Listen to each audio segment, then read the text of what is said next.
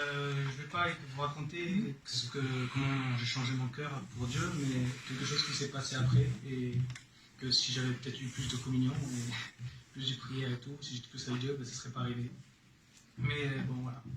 Et ceux qui me connaissent, ou qui me connaissent moi et ma famille, on est passé par un gros problème, une grosse tempête.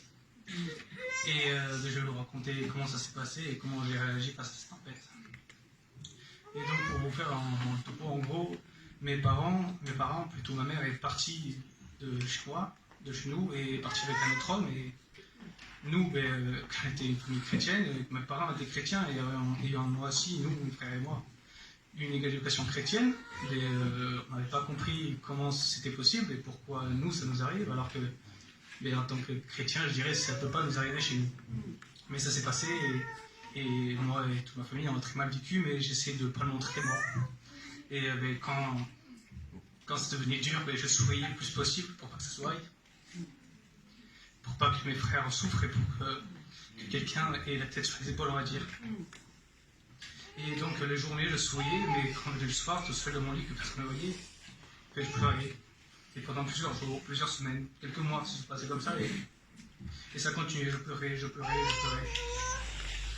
Et un soir, j'étais pareil, je souriais la journée, et un soir, je suis revenu me coucher, je pleurais encore et j'avais mal, et une petite pensée, une voix de l'ennemi, je peux le dire, c'était clairement une voix de l'ennemi, qui m'est venue à mon oreille et qui m'a dit tu te rappelles de la première dispute de tes parents où elle a mentionné de partir? Je dis oui. Tu sais c'était quand? Il m'a dit c'était le 17 octobre, hein, le jour de ton anniversaire. Et là, il m'a dit peut-être tu sais que si tu n'étais pas né ce jour-là, ça ne serait pas arrivé ça. Bon, grâce à Dieu, il m'a bien indiqué, Seigneur, que j'ai vu que grâce à Dieu, ce n'était pas une bonne pensée, une pensée de l'ennemi. Et que j'ai chassé cette pensée, mais là, ça n'a pas suffi, parce que juste après cette pensée, une pensée est venue, il me dit, si tu souffres tant, c'est parce que tu as aimé un jour, tu as aimé tes parents, ta famille.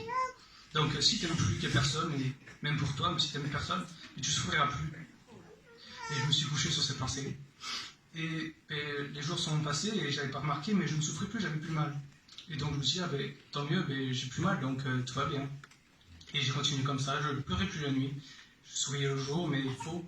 Et je me suis rendu compte au bout de quelques semaines que l'amour que j'avais avant pour ma famille, mon père, c'était plus pareil. Je savais que je les aimais parce que c'était mon père, mes frères, mais c'était un amour creux. Je les voyais seulement comme un père, c'est tout.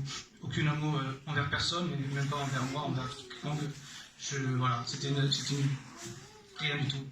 Et j'ai continué comme ça. Je voyais que je ne souffrais pas, donc quitte à ne pas aimer, et je continuais, je ne souffrais plus, donc voilà.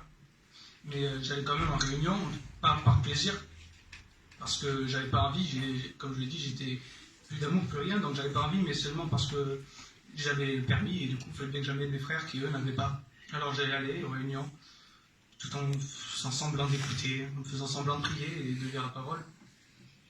Et un jour de réunion, un culte, je crois que c'était un culte de Orthez, il me semble. Et je voyais tout le monde autour de moi sourier, mais je savais qu'ils étaient heureux, je le voyais, ça se voyait sur eux, qu'ils étaient heureux, qu'ils priaient, qu'ils aimaient. Et je me disais, mais il me manque un truc là. Là, je veux ça, ce qu'ils ont. J'ai souffert, oui, mais je veux cet amour qu'ils ont là. Je veux pouvoir aimer comme j'aimais avant. Et je crois que c'était ça à ce moment-là, à cette époque. Il a dit, je crois à peu près ces mots-là, si tu veux aimer, ou si tu veux, voilà, un truc comme ça, si tu veux aimer, brise cette barrière qui te bloque, qui t'empêche d'aimer. Et j'ai pris cette parole, j'ai dit, Seigneur, oui, si Seigneur tu me permets de re-aimer, je veux bien que tu brises cette barrière, mais je ne veux pas souffrir comme j'ai souffert maintenant, c'est comme j'ai souffert, Seigneur. Donne-moi cet amour qui peut surmonter, Seigneur, tout ça. Amen. Et depuis ce moment-là, j'ai senti comme un brisement en moi, comme si enfin je pouvais respirer, une bouffée d'air frais.